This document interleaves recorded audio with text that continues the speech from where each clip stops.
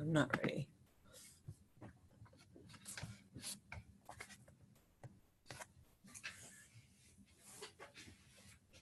So good afternoon and welcome to Center for Healthy Sex monthly webinar from Mirror of Intimacy. Today is Monday, November 5th, and our topic is empathy. So I want to remind everyone that you can communicate with me by directly chatting in the chat box so that I can answer any questions that you may have. So feel free to ask questions of any length or anything that's related to the topic, or at least somewhat related to the topic. And if you want to ask questions privately, then you can do so by writing to dwagner@centerforhealthysex.com. Also, if you have any questions or concerns about sex and love issues, you can feel free to call our intake counselors. They're standing by at any time, and that number is 310-843-9902, and they're happy to answer your questions, and I just texted that also to you. So let's talk about empathy now.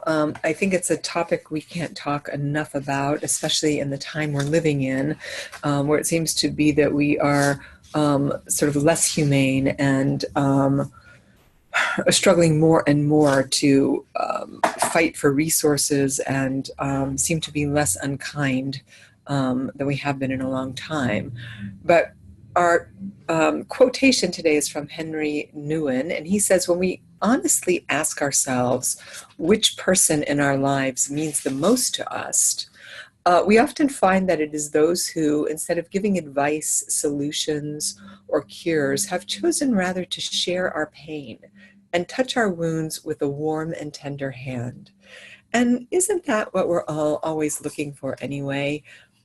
So often when we talk to a friend or a loved one, or we're seeking help, it's not that we need somebody to tell us what to do. Most of us know what to do, and especially when we reach a certain point of adulthood, it's not the knowing what to do, it is the feeling of wanting someone to commiserate with us, for someone to feel what we're feeling and know what we're going through, and to say, you know what, that's horrible, or I've been there, or what can I do for you, or I can't imagine how painful that is for you.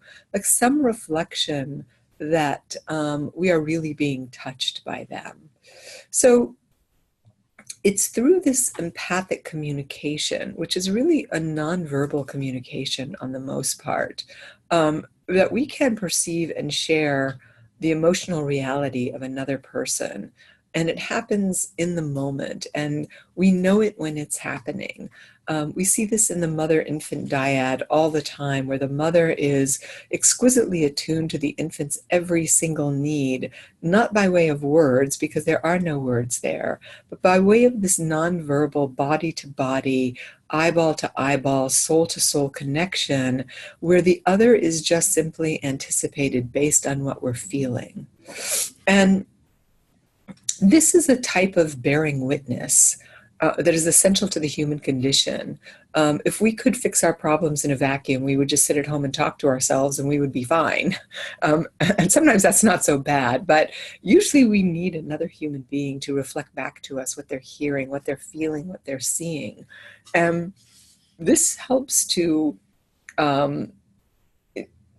create this emotional dynamic that lets us know that we're really there to help the other, not to fix the other, not to help the other person escape their feelings, which is often what we do when we try to fix or change something. We're not really with the other. And the most appropriate question or statement is, what do you need from me right now? And sometimes we might say, well, I really do need advice, or I just need you to hear me vent, or can you just hold me for a few minutes because this is so painful for me? So remember, trying, that fixing another person is not really being empathic. There are defense mechanisms that we can use to displace empathy, which sound like minimizing something, or distracting the person from something, or making a joke about something. when we tell somebody that we're really struggling, if they say, oh, that's ridiculous, or, if, for example, I tell you that I'm feeling particularly anxious, and you say, oh, that's silly, you should just get over it, or everybody's anxious, then there's a discounting there of what my anxiety might be about, rather than a curiosity of, well, what's making you so anxious? I really want to hear that. I want to know about it, because maybe I too am feeling that as well, or have felt it. And so then I can share that lived experience with you, which is more powerful than my advice about how not to be anxious or dismissing you from it. And a reminder, if you have any questions, now would be the time to type them into the chat box, or to type them to D. Wagner at centerforhealthysex.com. So oftentimes people who don't have empathy or exhibit empathy weren't shown empathy in childhood. And so those people might struggle to practice it as an adult. And this is a very serious matter, because empathic structures are built, they're formed and forged in infancy and childhood by the primary caregivers. And so if that infant was not particularly attuned to, cared for, really seen or heard by the adult in their life, then those structures and functions in the brain are not going to come online appropriately. And that person is really going to struggle in childhood and adulthood to have empathy for others. So some classic non-responses to childhood distress might be stop crying, or you're okay, or here's something to eat to make your feelings go away. And this lack of empathy really stunts these neurophysiological processes that build a secure attachment, meaning that when the brain and the nervous system aren't being built appropriately by the primary caregiver, then it's going to make it very difficult for that person to feel secure in relationship. They're always going to feel needy. They're always going to want other people to validate them, but they don't have a capacity to see or validate another. What this does is it will disrupt that person's attachment, and their painful feelings just get stuck without empathy. And so they're going to have difficulty. They'll end up seeking approval all the time, and we call this narcissism over time. So someone just asked a question about how does empathy relate to sex addiction and its treatment? Well, it's twofold. I mean, it's certainly... Oops, I just lost my screen, and I'm not exactly sure how to get it back. Sorry, I don't know what I just did to my computer here. So I'm going to try to log back on. You guys can probably see me and you can hear me, but I just lost my screen for some reason. Sorry about that. That was really not very skillful of me in the middle of talking about this particular topic. So I'm going to try to enter the Zoom room again. Do you want to? Oh, I'm reconnecting. Oh, there I am. Okay. One of the things that I was saying about that is that when it comes to the process of sex addiction treatment, and can you all hear me? Because I think hopefully I'm in the same room and not a different room now. Can somebody let me know if you can hear me?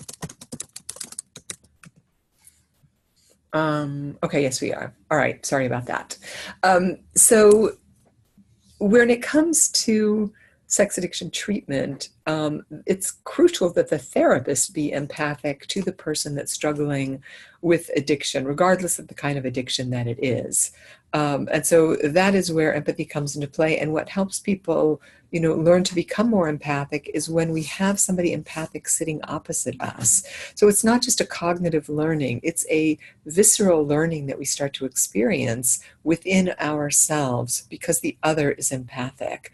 And then there is a relationship that starts to form with the therapist that is a truly connected, empathic, caring relationship. So it's not just symbolic. It's not just that you're exchanging money for services. I mean, that is the capitalistic construct that we live in, but more importantly, that you really feel the therapist cares about you.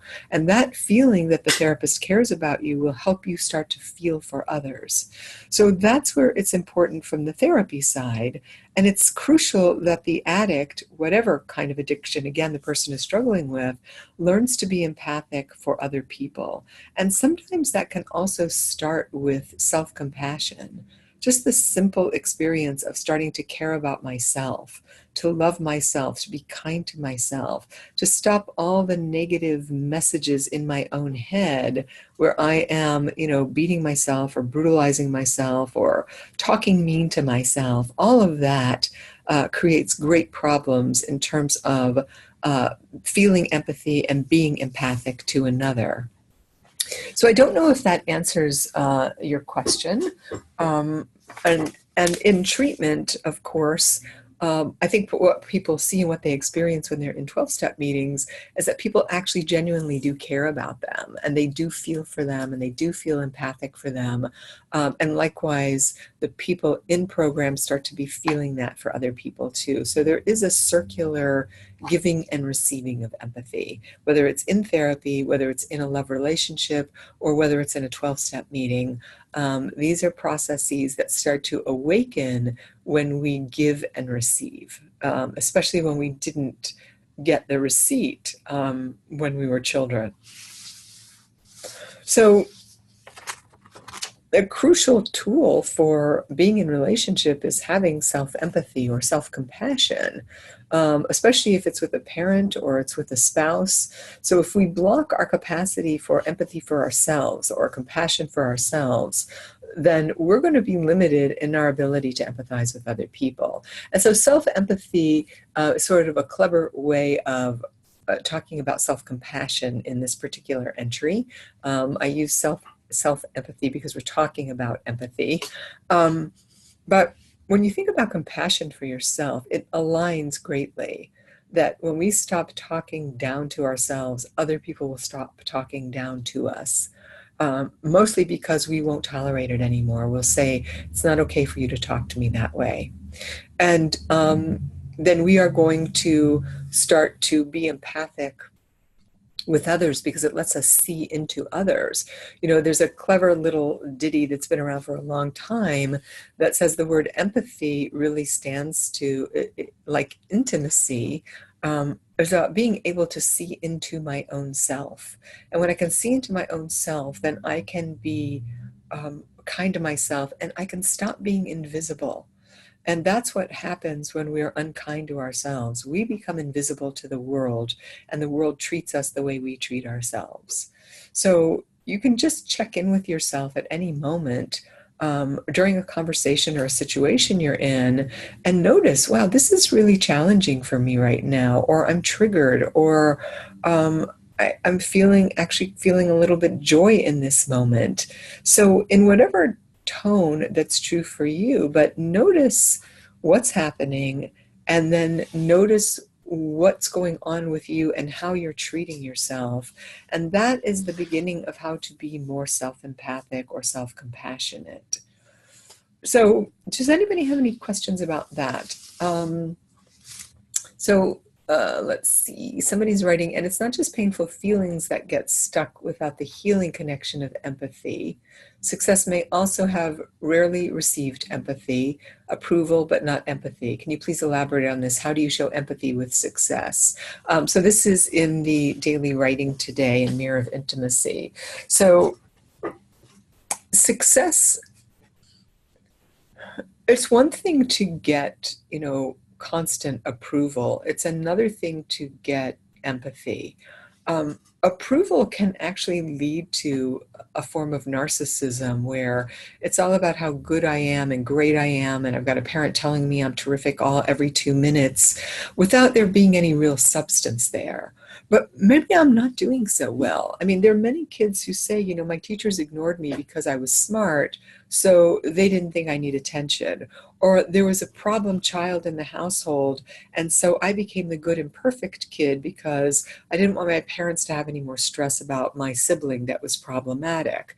And so what happens is that child gets invisibilized. They're not seen because they appear okay. And so success can also not receive empathy, like you're expected to make good grades or you're expected to be a good kid because we have other problems in this household, as opposed to asking the child, wow, you got straight A's this semester. How did you do that?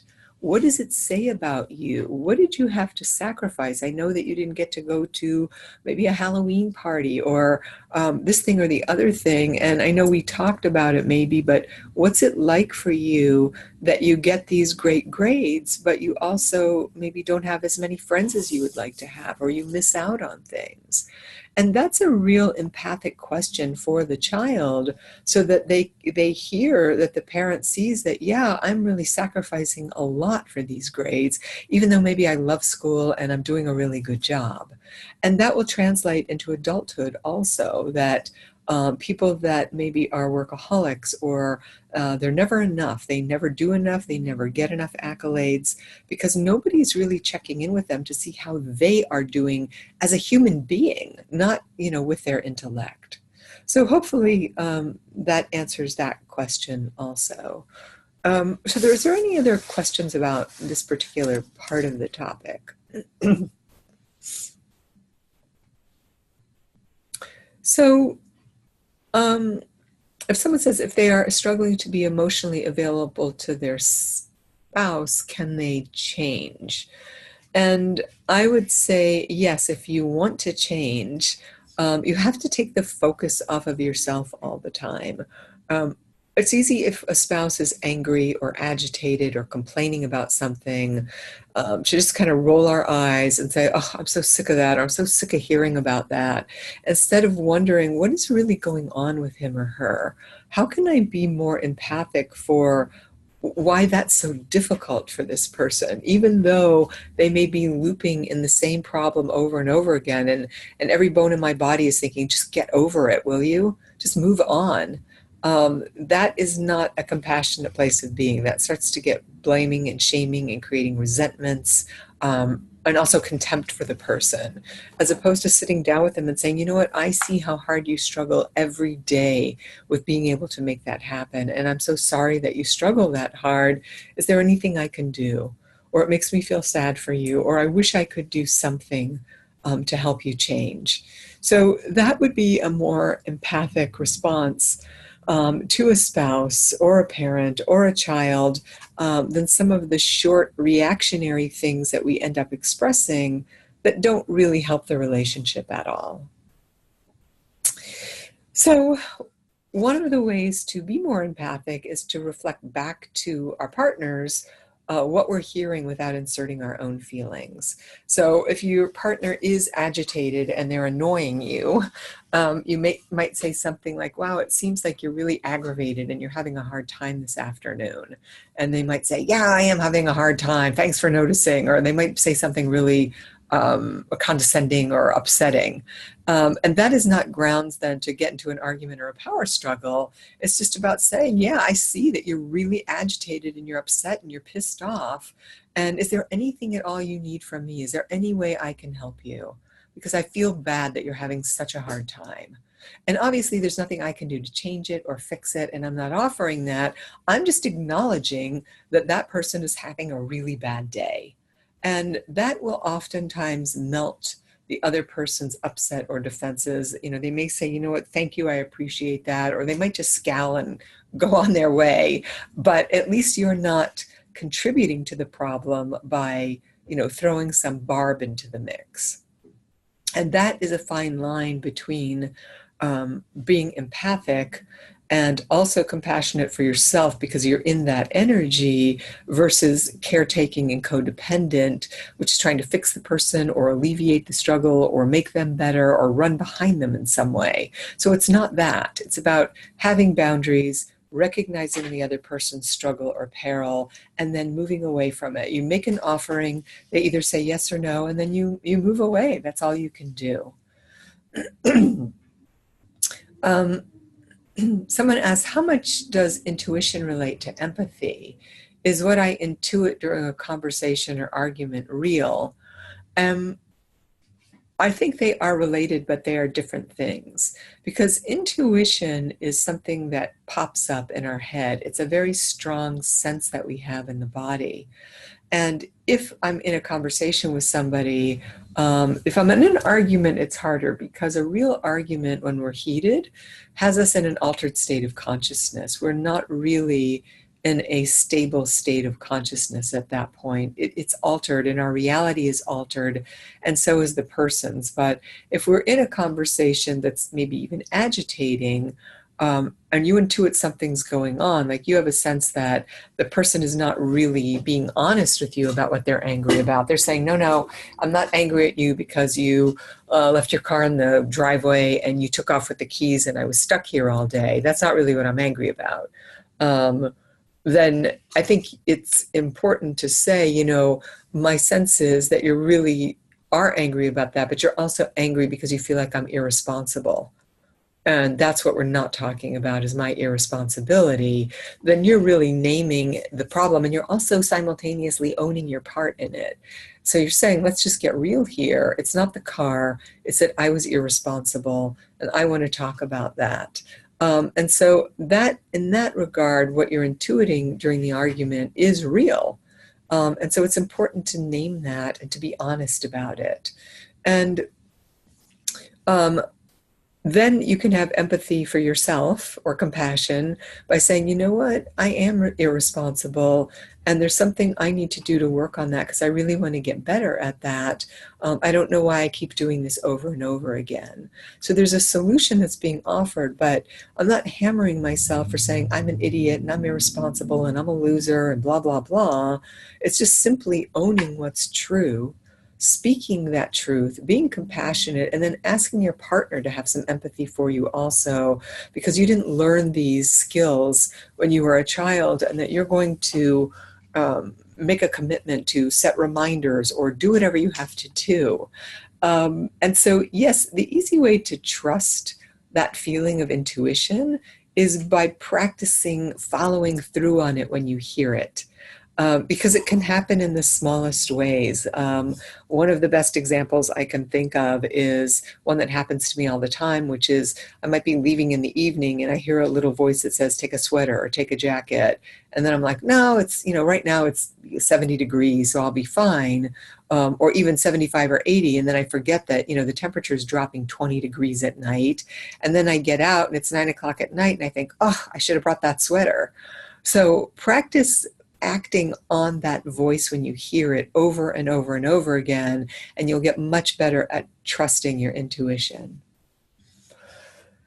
So Tom says, is it possible to be empathetic with someone who is directly angry at you?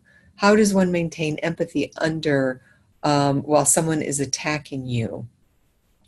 That is very challenging, because when someone is making a direct attack, our fear system is activated, and threat detection is activated. So when I'm feeling threatened or scared, it's hard for me to override that and also be empathic for the person who's attacking me. Now, in the worst case scenario, if somebody's got a gun at you and they're, trying to mug you or assault you in some ways, what happens is the thinking part of the brain, and often the empathic parts of the brain, go offline because we start to move into a terror state, and every bone in our body is saying run for survival or fight.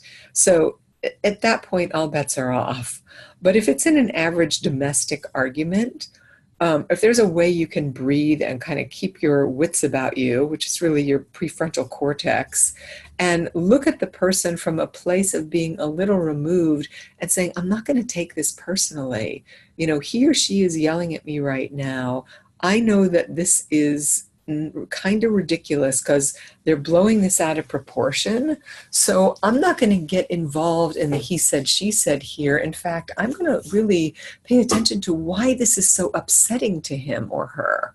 So if you were to argue with me right now and you were raging at me that I didn't have a blue striped shirt on, I am not going to get defensive about that because I know it's a blue striped shirt.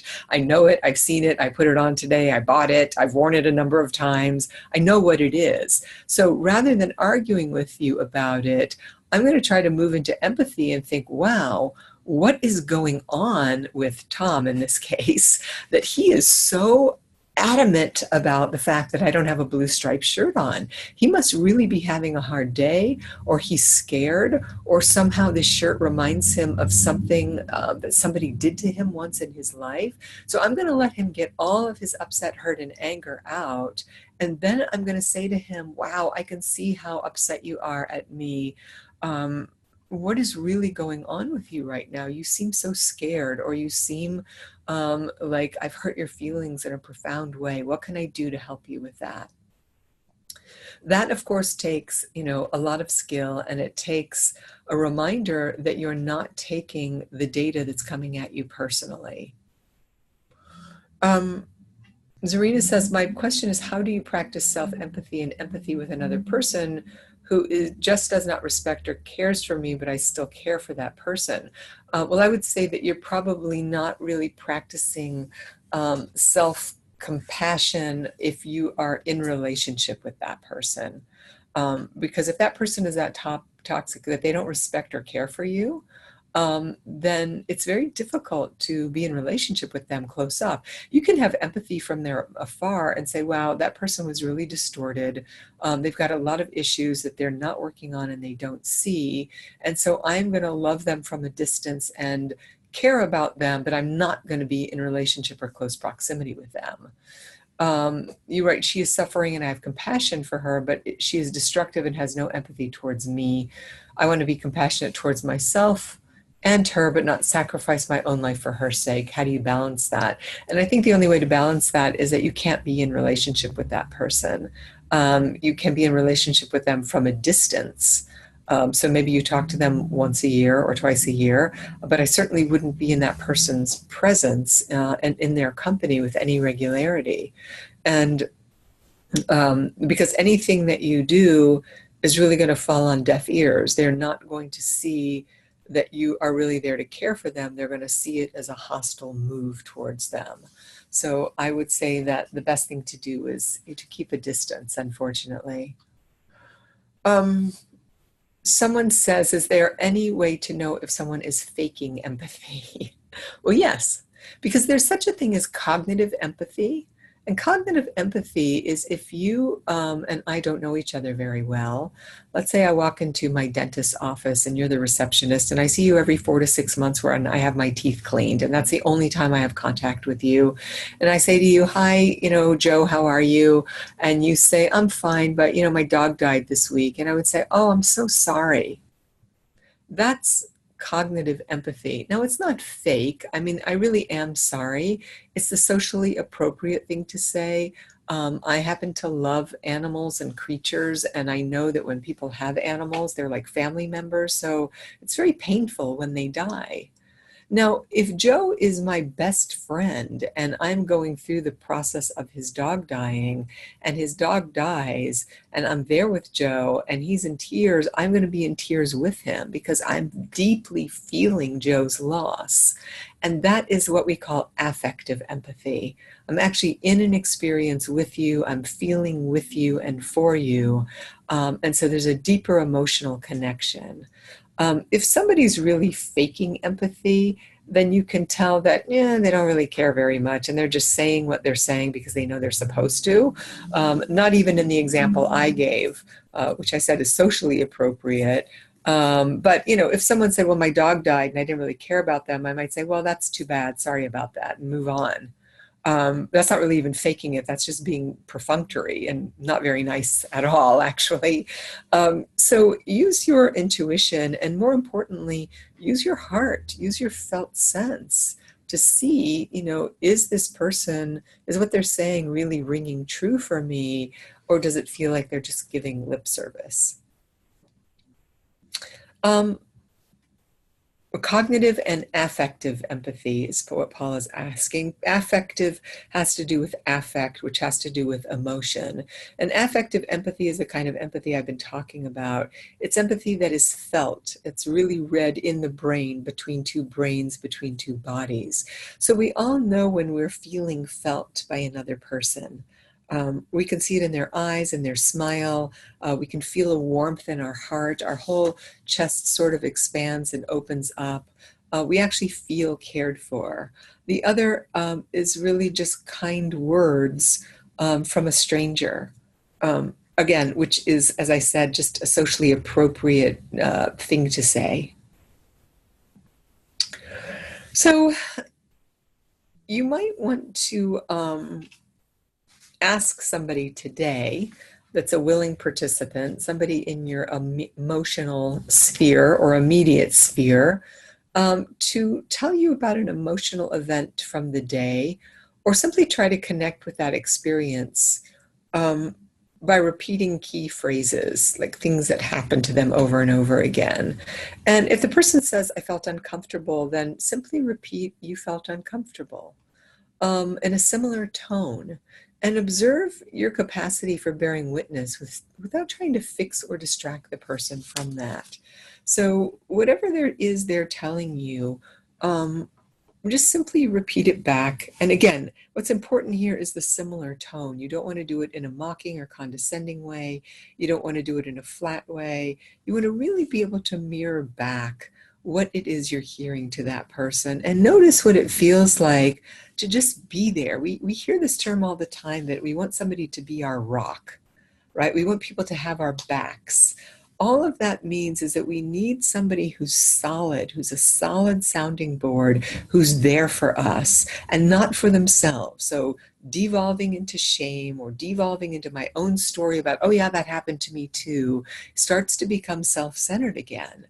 So drop your self-centeredness, be there solely in service of the other person, and see if you can be there for them as a rock, if you can really have their back and bear witness to the difficulty they're going through. And Greg says, can the affective, not apathy, but empathy you speak of exist with electronic Skype communication? I think it can. I think it's harder to convey because this is a pixelated,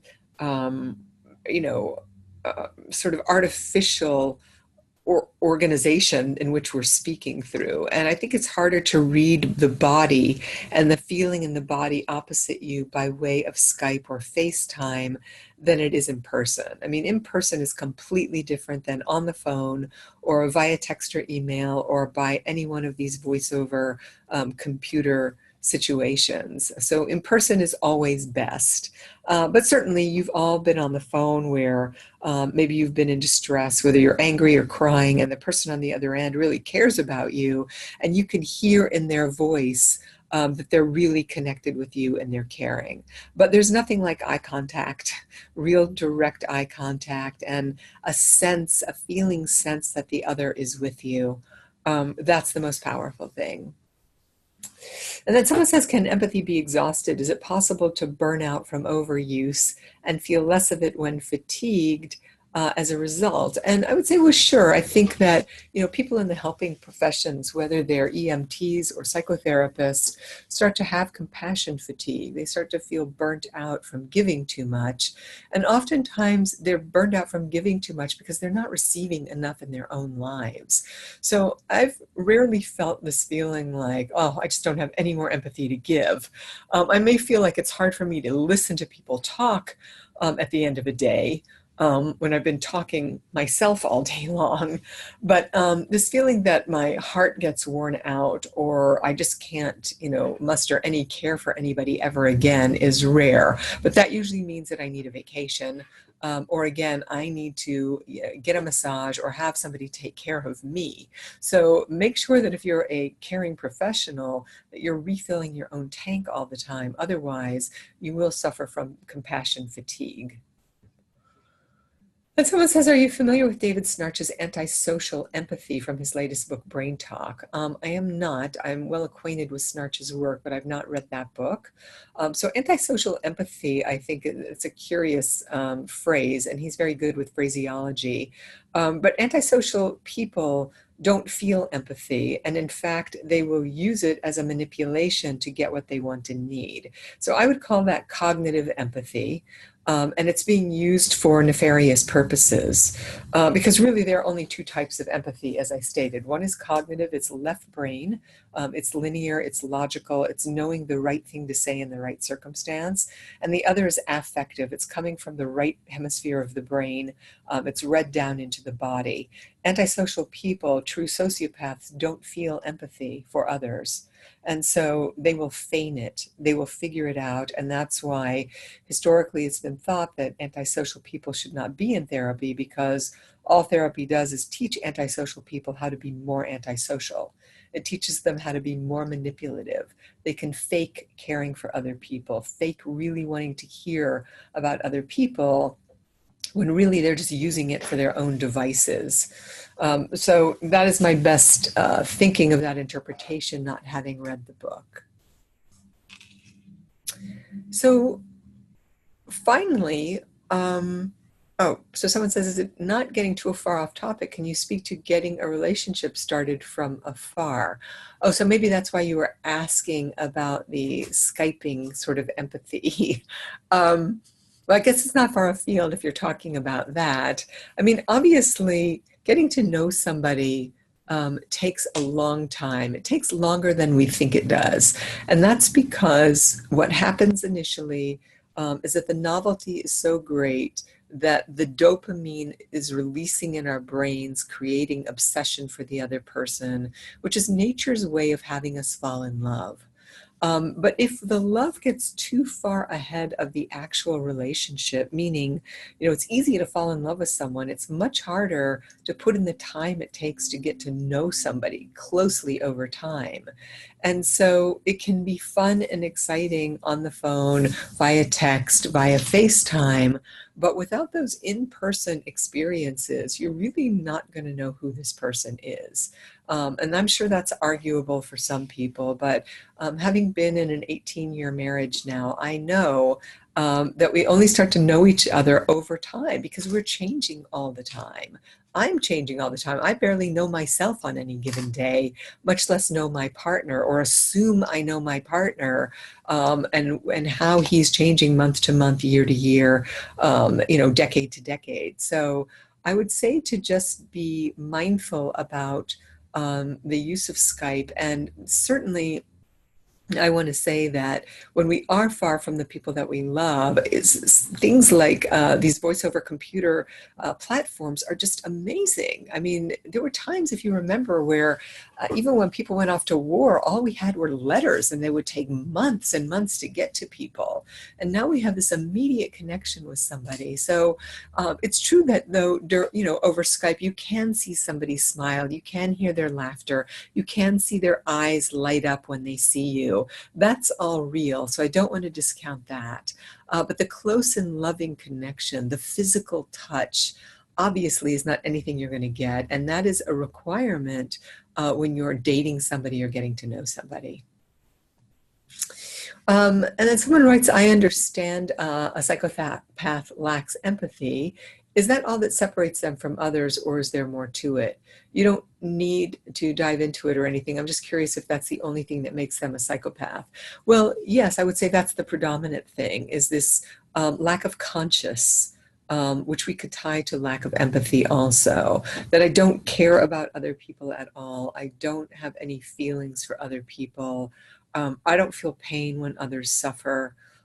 So there is no conscience there, and that is tied directly to empathy for other living, breathing human beings. And I think this is sort of where I started this conversation today, that we're seeing a preponderance of this in our culture now that feels rather dispassionate and even cruel when it comes to the well-being of the suffering of other human beings on the planet.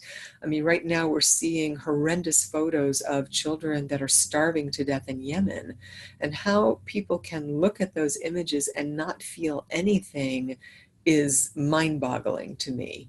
And that requires a gross amount of defense against that by saying, that's other, that's not me, that's not my person, that's not my culture, that's not my country, so I don't care.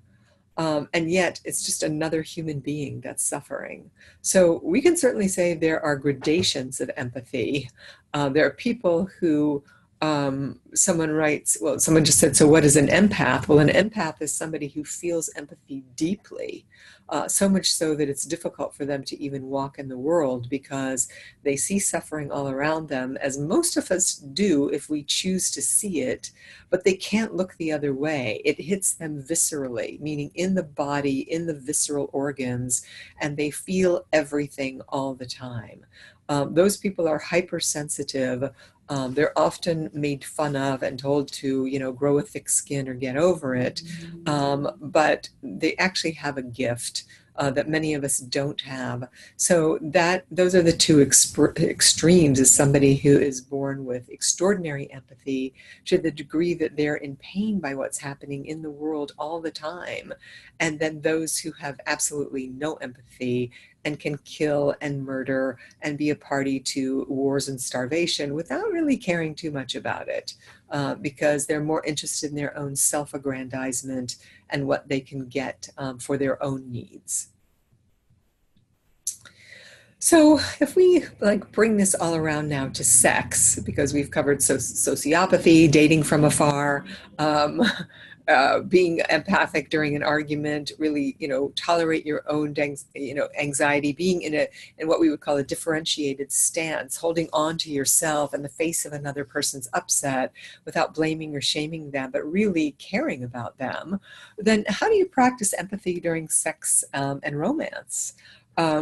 Can you really see your lover and align with your lover in a way and make an emotional connection? So one of the things you can do is make the experiment of bringing empathy to your sex life. What does it feel like to be in the body of the other person? Can you feel sort of the merging and the melding of your bodies where you don't know where one ends and the other begins, and there's a oneness that you start to feel between the two of you because you are in this sort of delicious trance-like state with each other? And see if you can notice that both in your romantic exchanges every day with your lover and also in your sex life.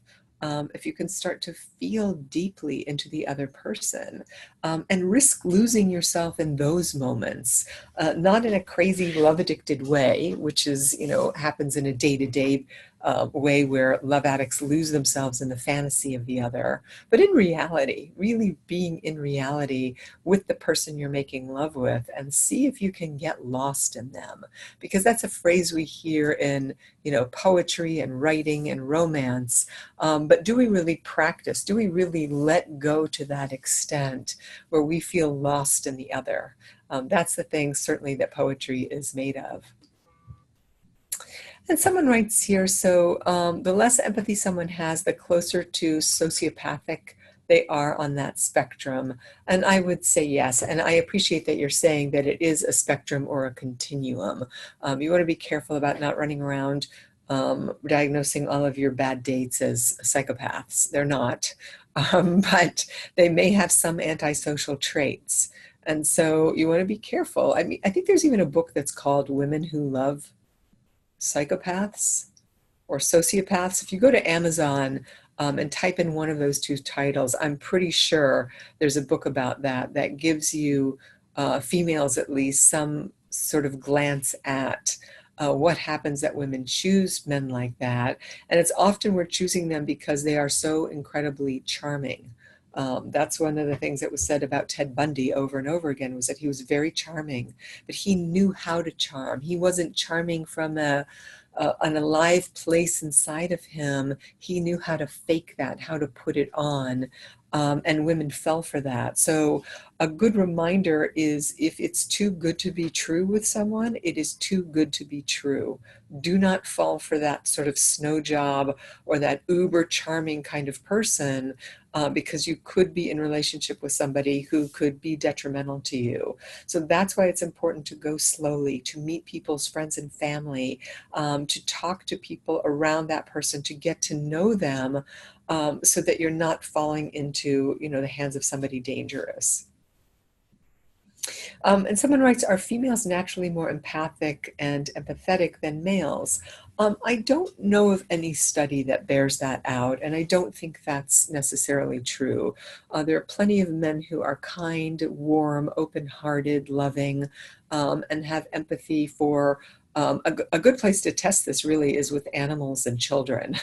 If somebody can't feel empathy or some sort of love or something from small children, infants, babies, children, and puppies and kittens, then you probably have a problem, whatever your gender is. So it's best not to stereotype in this area either. All right, so thank you for a robust conversation. Sorry for my minor disappearance there at the beginning. I'm not sure still what I did to my screen, but I appreciate that you were all in this conversation. And I hope you think about empathy today and every day, about how you can cultivate it in yourself, and really think about, how can I be more open-hearted? How can I be more kind towards the other, as opposed to making it all about me all the time? My feelings being hurt, the person being mean to me, even if the person flips you off in traffic. If you're not in a place where you're particularly activated, you can stop and think, wow, that person's having a really hard day today. I know, because I've been that person before. So I just want to send them good energy and practice having empathy for them.